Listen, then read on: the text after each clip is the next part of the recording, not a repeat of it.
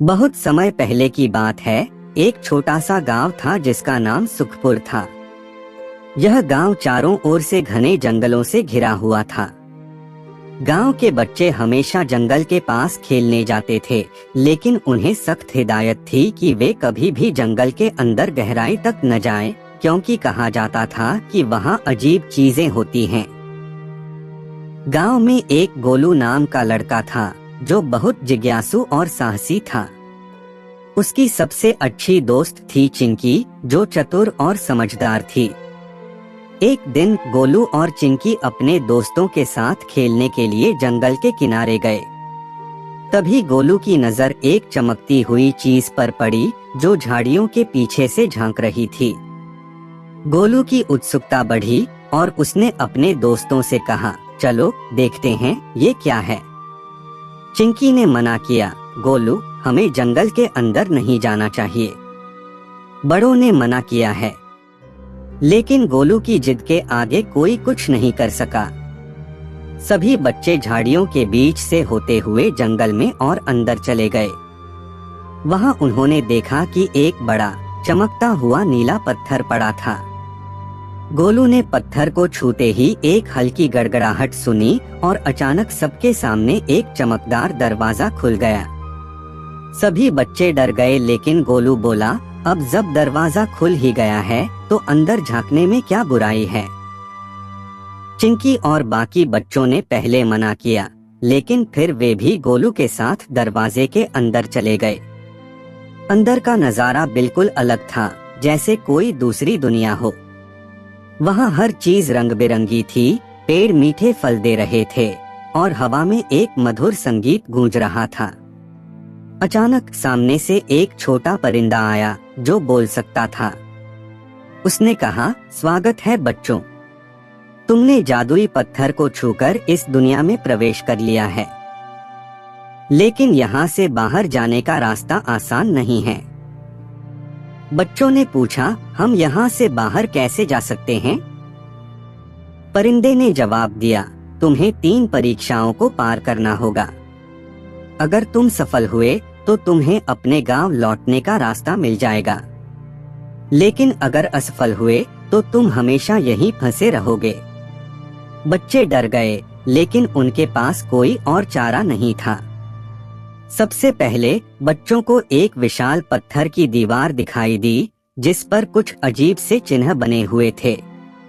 तभी दीवार पर एक रोशनी चमकी और एक आवाज आई, अगर इस पहेली को हल कर सको तो आगे बढ़ सकते हो। चिंकी ने ध्यान से पहेली को देखा। वह एक गुप्त संदेश था जिसे उल्टा पढ़ना था। उसने जल्दी से हल निकाल लिया और जैसे ही उसने उत्तर दिया, दीवार गायब हो गई और बच्चों के लिए रास्ता खुल गया। आगे बढ़ते ही बच्चे एक झरने के पास पहुँचे, लेकिन उसमें पानी की जगह चांदनी बह रही थी। तभी एक बूढ़ा आदमी वहां आया और बोला, अगर तुम्हें इस झरने को पार करना है तो तुम्हें इसकी सच्चाई समझनी होगी।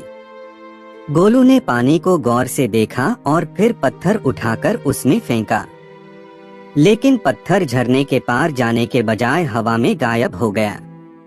चिंकी समझ गई और बोली, यह झरना असली नहीं है, यह सिर्फ एक भ्रम है। हमें बस इस पर विश्वास करके चलना होगा। सभी ने हिम्मत की और झरने पर कदम रखा। जैसे ही उन्होंने ऐसा किया, झरना गायब हो गया और वे पार चले गए। अब बच्चों के सामने एक गहरी अंधेरी गुफा थी। परिंदे ने कहा, यह अंतिम परीक्षा है। इस गुफा में एक रहस्यमय राक्षस रहता है, लेकिन अगर तुम अपने डर पर काबू पालो तो वह तुम्हें कोई नुकसान नहीं पहुंचाएगा। बच्चे डर गए, लेकिन गोलू ने हिम्मत जुटाकर सबसे आगे बढ़ने का फैसला किया। जैसे ही वे अंदर गए, वहां अंधेरा बढ़ता गया और एक गहरी गुर्राहट सुनाई दी। अचानक सामने एक विशालकाय परछाई उभरी जो बहुत डरावनी थी।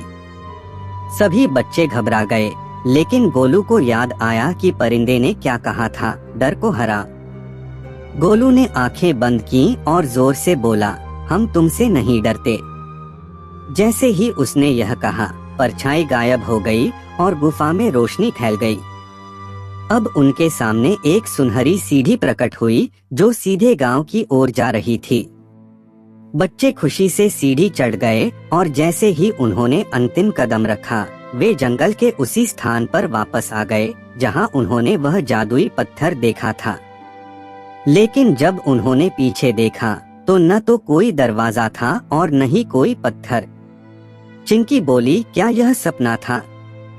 गोलू ने अपनी जेब में हाथ डाला और वहां से एक चमकता हुआ नीलमणि निकला। वे सब समझ गए कि यह कोई सपना नहीं था। वे सच में एक जादुई दुनिया में गए थे और वहां से सीख लेकर लौटे थे। अब गोलू और उसके दोस्त समझ चुके थे कि हिम्मत, चतुराई और एकता से कोई भी मुश्किल पार की जा सकती है।